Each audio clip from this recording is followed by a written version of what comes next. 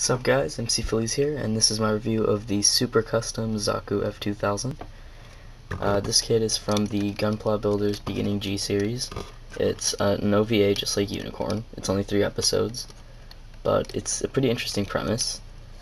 It's about people who build their Gunpla, and then there are these machines that they ride in, sort of like a cockpit of a Gundam, and they put the model inside a little orb thingy, and it scans it, and basically they pilot it in a virtual game. I don't know what his name is, but he's sort of crazy. When he pilots a mobile suit, he becomes sort of like a berserker, and before that he's really calm and docile. It's actually got a lot of colored plastic. There's this light purple here, and on the sides of the legs, right here, the missile pods. There's a little bit darker purple, like the head, the limbs, and on the backpack a little bit, and then a darker purple, which is only on the waist in the center, so you don't really see it that much. I don't think there's not any on the back either. And then there's this really nice, it's like a navy blue, but it does have some tint of purple to it, I find, and then gray. So it's a pretty different color scheme. This is based on, I think, the Zaku F2 from the 0083 Gundam side story. I'm not actually sure, I don't have that model, but it seems similar. So, as you can tell, there's a lot of spikes on this thing, on the regular, right here on the shoulder piece, and then one more, like an extra, on the front. The knees, that's it, but it's still more than usual. And it does have hoses on the sides and on the head. The feet are interesting. They've got little claws, and what it does in the show is it hovers around, sort of like the Dom. So it doesn't actually walk, it just sort of hovers and moves around like one of those hovercraft. Yeah, it has these cool thrusters right here, pretty big thrusters, and 2 smaller ones on I don't know if you guys know, these little polycap joints. They're like balls with tiny pegs. You just stick those in there and pop them into the joints. It's pretty tight. So the articulation, the head is not mobile at all. It's, stuck in this little box basically. It'll go side to side like 5 degrees. It will go forward and backwards though, just a little bit. It won't go up or down, but Zaku's don't really do that in the first place. The armor, this arm will go that far up, but you can rotate the missile pods and it'll go 90 degrees. It will rotate below the shoulder, a full 360. It will rotate at the elbow, or at the shoulder, shoulder two ways, and then it'll pop out a little bit at a polycap joint, and then the elbow goes a little over 90 degrees. It's not that much to begin with. It's not hindered by the missiles or anything. The other arm is a lot less mobile. This will go up that much. If you don't, it'll go that much about. If you take it off, it'll go about like that much. You can turn it and it'll go a little bit farther up, but you mostly have this one out like that, and then it will go a little bit farther. It still will go 360 and rotate at the shoulder. The elbow articulation is the same. The hands on both sides will rotate. Okay, they will both rotate and wiggle. This one's a little harder to rotate because of this shield gun thing. The waist is on a ball joint. It'll go forwards and back, side to side a tiny bit, and rotate a little bit. You're not going to get that much, just based on the bulkiness and the tubes also. The side skirts are, these skirt armor is a little bit interesting. The back skirt is really long, and it doesn't move at all. the side skirts are also the front skirts, so they'll move up and down on a polycap, joint, but then these front parts will pop out a little bit and move to the side, so you can get the leg up more. The leg will go up pretty far. It'll go back farther, but you sort of have to angle it. It'll go to the side about that much. It will rotate at the hip. You got two joints of knee articulation, so you'll get that much in total. So pretty good considering it's so bulky. And you got these spikes here. The feet are pretty good. You get some side to side, forward and back. It'll rotate a tiny bit, just a little bit, and there's like a flip-flop joint right here, so you can get a little bit more posability with that. And that's about it with the articulation. So it's pretty good considering the bulkiness of the mobile suit, like I said before. Now accessories. Boy, this is gonna be long. First off, I guess I'll go over all the hands it has. There are the normal holding hands I have in his right now. There's a trigger finger hand. There is an open hand. There is these, I don't know what type of plastic this is. It's kind of strange. It's sort of like soft plastic, and the tree was really bendy, like more so than a normal tree. I feel like it should have broken, but it didn't. So, and you can see that the hand guards are not purple, they're all gray. So I don't know, it's not ABS, but if anybody can tell me, then put it in the comments, because I kind of would like to know. It was an interesting type of plastic. You also have a regular heat hawk that you can put in the hand. It's super loose though, so I probably wouldn't display it like this. And there is a tiny little connector right here that you can put in on the side skirt.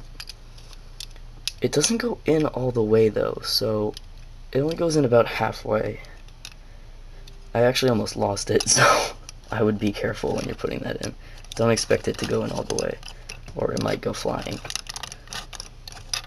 You have well, I'll go over the ones on the mobile suit. You have missiles here, here, and here on the shoulder.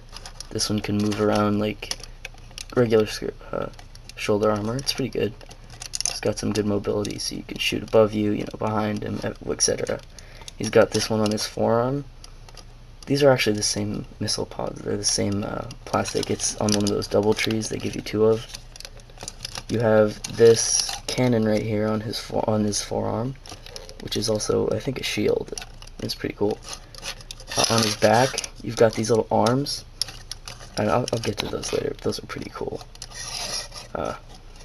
So next, you've got, what's interesting is because there's the missiles here, you still get the regular Zaku shield from you know, all the other Zakus that have on this arm. But there's a modification piece where it's a handle, so he uses this as a handheld shield. And you can just, you know, stick it in his hand. You can just stick it, thank you, and, you know, block attacks like that, but you know, compared to the rest of his body, it's sort of skimpy. I mean, it's not going to block anything more than it would have. Yeah, and what I find interesting is, I found this out, you can actually use the connector for this, well, for the bigger heat axe for the shield. I don't know if it's supposed to be, but it might just be the way the plastic is designed. But I find that pretty cool. So if you want to have this in the hand, you can have this on the back. And that looks pretty cool. So this, the connector just plugs into a little hole right here. And it's angled up a bit so it'll fit. And then you just put the handle on there, and you just got back armor. Or you can take that off and put on the giant heat axe, which is pretty cool. I think it's pretty sweet. So that's that, and then you get these grenades that will go onto the side skirt, right where the heat axe, right where the heat hawk was also. these are a lot more secure. They'll go in all the way.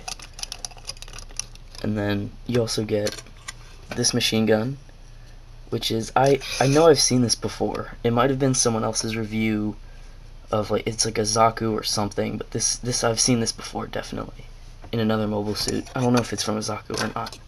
And then you have the Zaku machine gun, and this is why I think it is the Zaku F2, besides the name, the Zaku F2000, but it's exactly the same. So I have a feeling they used the same trees, but added a little bit more to put the armor on.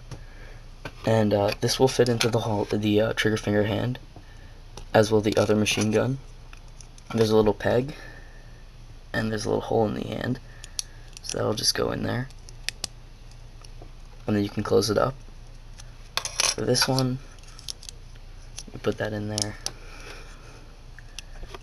The the ammo is removable, but you only get one, so you can't store it or anything. The sight can move, and there's a movable little handle. I don't know if that was in camera. The sight can move. And there's a little handle right here. This can also go into his hand, like I said. But what's even cooler is these little hands on the back. These things are basically the main thing of the mobile suit. You just take off the inner part, and then you can peg this in like a regular hand onto the beam rifle and put that in there. Dang it. It's a little bit tricky because of the stock sort of conflicts with this, and he's got them holding on extra arms on his back, and that's pretty sweet. For me, that's one of the reasons I wanted to get this kit, besides the color and just how big it is. You can do the same thing for the other machine gun. So let me just do that real quick.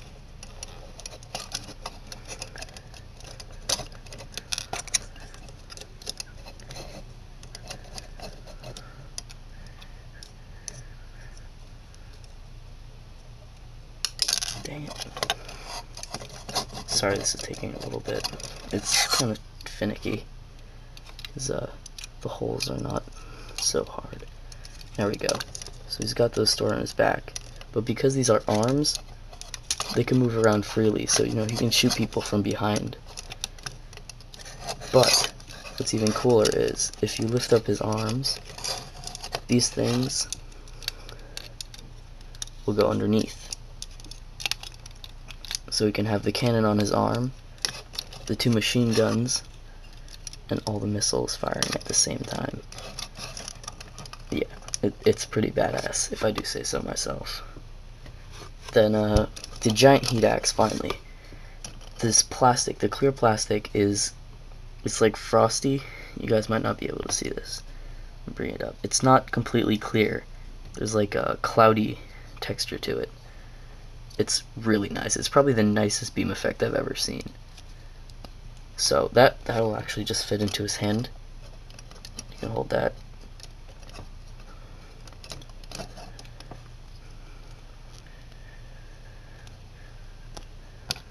There you go. The way you do it is you have to put it in like this, so that the ball joint is behind that, and then just put in the fingers, close it up.